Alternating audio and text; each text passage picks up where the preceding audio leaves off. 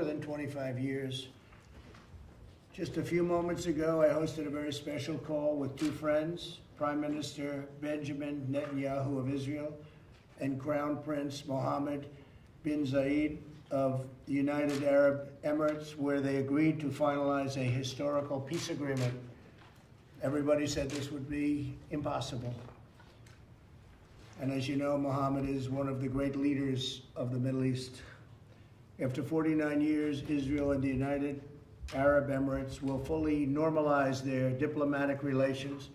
They will exchange embassies and ambassadors and begin cooperation across the board and on a broad range of areas, including tourism, education, healthcare, trade, and security. This is a truly historic moment.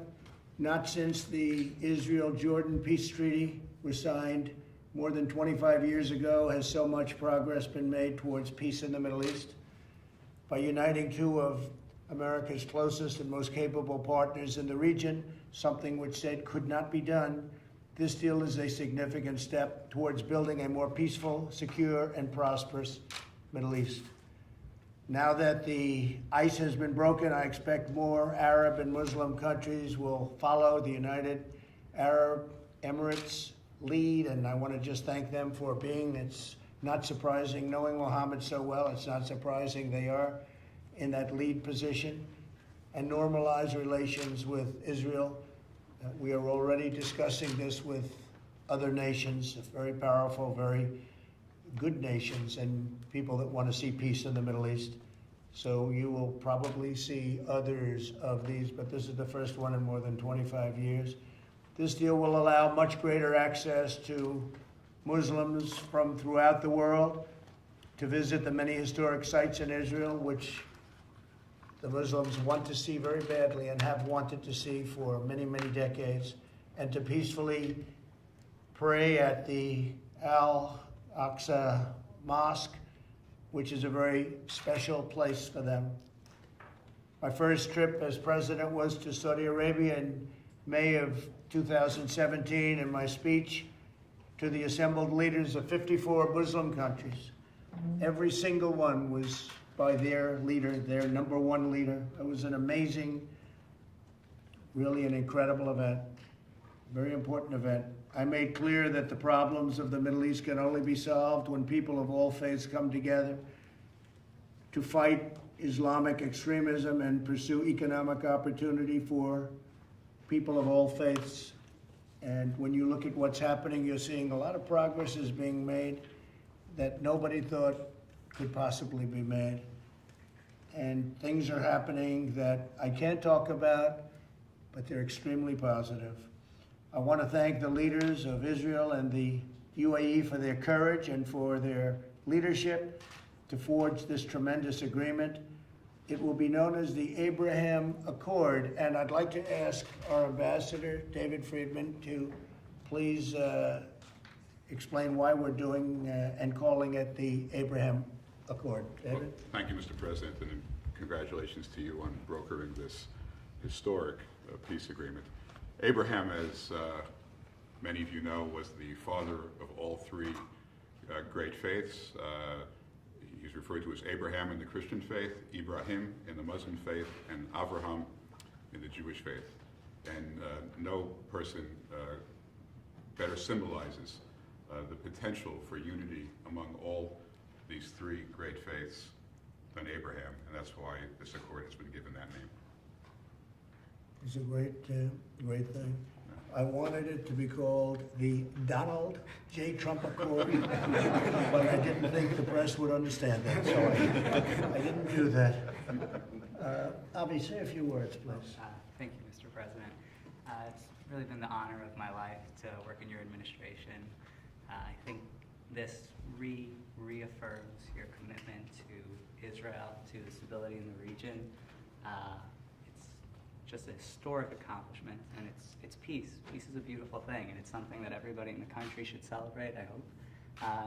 I'm just so honored to be here and serve in your administration. Well, you've done a great job, and Jared has done a fantastic job. People don't really understand the things that he's able to do. He's done a fantastic job on this, and you and your team Nobody else could have done it. I don't think anybody else could have done it. Jared, say a few words, please. Thank you, Mr. President. And I would like to say that I want to thank the President for his leadership on this historic peace effort. The President, like with all things, urged us to take an untraditional approach. You can't solve problems that have gone unsolved by doing it the same way that people before you have tried and failed. The President takes untraditional approaches. He does things in different ways, but he uses common sense, and he tries to unite people by focusing on common interests as opposed to allowing them to focus on their common grievances. And what happened was here is we were able to achieve results that others were not able to achieve, and this will advance the region, and this will advance the whole world. I would like to say to the people of the region, Muslims, Jews, Christians, that this does give hope, that the problems of the past do not condemn you to a future with conflict. There is a lot of hope and a lot of potential, and this will benefit you, and this will also benefit people here in America, because in America, we used to have a big dependency on the Middle East for gas and for oil. Thanks to your leadership, America is now energy independent. We no longer have that, but a lot of American soldiers have fought for securing our allies in that region and making more peace there. Lessons our need as a country to have as many soldiers in that region, and lessons our need to have as many conflicts in that region. And obviously radical extremism, which we see as a cancer that has infected so many areas in the world. A lot of the extremists have used these conflicts to recruit people and to say that the mosque is under attack and that Muslims don't have access to the mosque. And now this will enable people to take flights from Dubai and Abu Dhabi directly to Tel Aviv.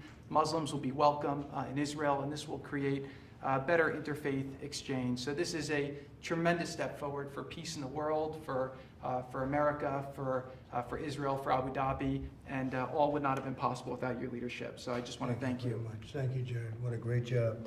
And what Jared said is so that we don't have to be there anymore. We don't need oil. We don't need anything there except friendship. We have some great friends. These are two countries that have been great friends, and we've been great friends to them. But we no longer have to be there. It started off, well, we had to be there, but as of a few years ago, we don't have to be there. We don't have to be patrolling the straits.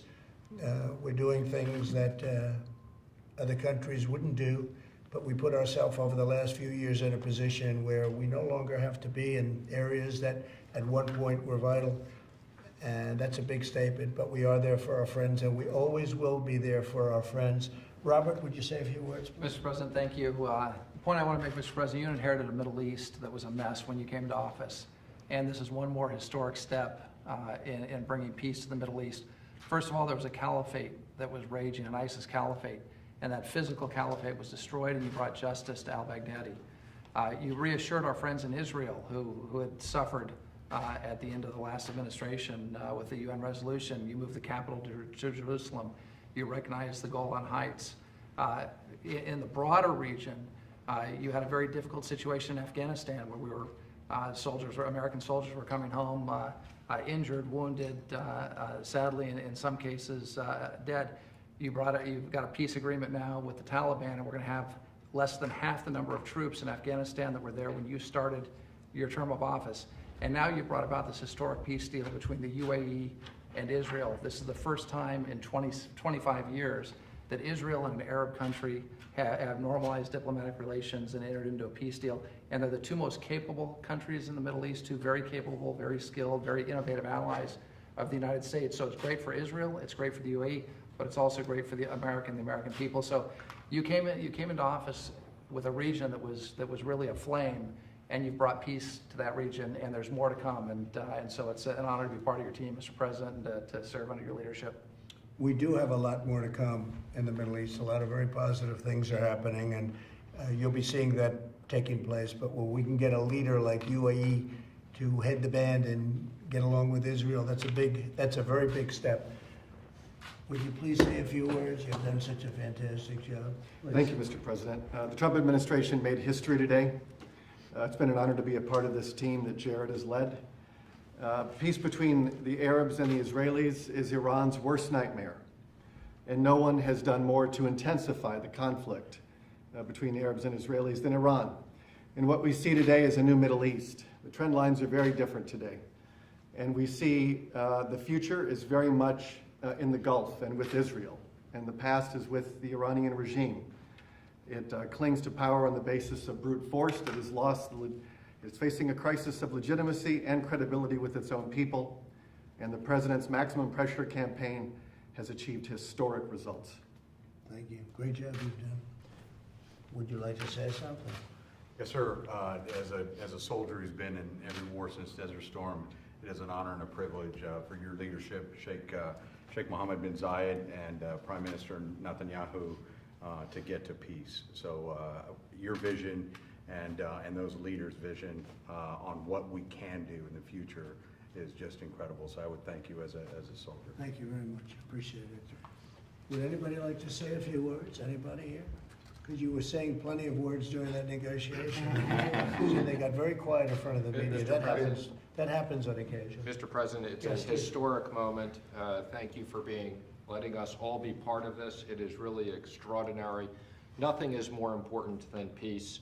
This is an unbelievable moment, and I would just echo what Brian Hook said. Your maximum pressure campaign, under your leadership, we've had the strongest sanctions on Iran, and your commitment to make sure that Iran will never have a nuclear weapon is part of the most important legacy for peace in the Middle East. So which is easier, dealing with the Democrats or dealing with the Middle East? Well, a lot of people never thought you'd get this type of deal, so I'll be I tell you, hopeful that we can deal with the I think, Democrats. the Middle East is more reasonable, actually. I'd like you two guys to say a couple of words. You've been so instrumental, please. Sir, it's a privilege to serve in your administration. This is a remarkable achievement that'll stand the test of time. And we look forward to the prosperity and the peace this brings to the Middle East and the ways we'll be able to leverage that for the United States national interest. So it's a privilege, sir. Thank you. Thank you very much. And I would just echo what Rob said. Thank you for the opportunity to be part, and especially I want to thank Avi and the opportunity to serve in his negotiating team and to do something so historic. Thank you for this opportunity, Mr. President. This really changes the world. Thank you very much. Thank you. Thank you all very much. This is great.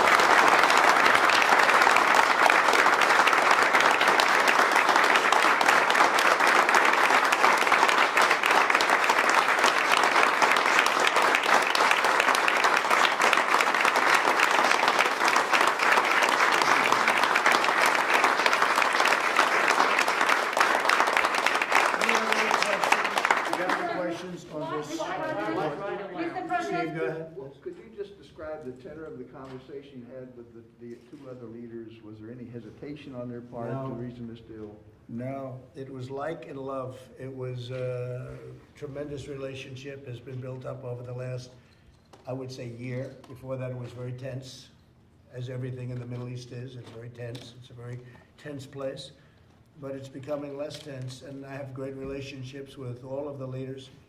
And some are enemies against each other, and I get along with both. That's, I guess, the big thing. People don't understand that about me. I've gotten along. Remember when I was elected, they said the war will start with somebody within days, and I've kept us out of war. You look at North Korea, everybody said, including President Obama, that's the biggest problem. Everybody said you'd be at war. Well, we're not at war. You would have been at war if I wasn't elected. It was somebody else. Now we're doing very well in the Middle East, and I'll tell you what, it's been an incredible thing. But no, it was tense, but the relationship has become a very good one between UAE and Israel, and also with other countries, many other countries. And I think you'll be seeing some very exciting things, including ultimately with the Palestinians. I think that's going to be happening at some point, because it makes a lot of sense for them to let it happen. Do you support annexation of Palestinian land by Israelis at this point? Well, we're talking to Israel about that right now, What actually. about the snapback option on Iran? Do you support that? Oh, you really know your stuff, don't you?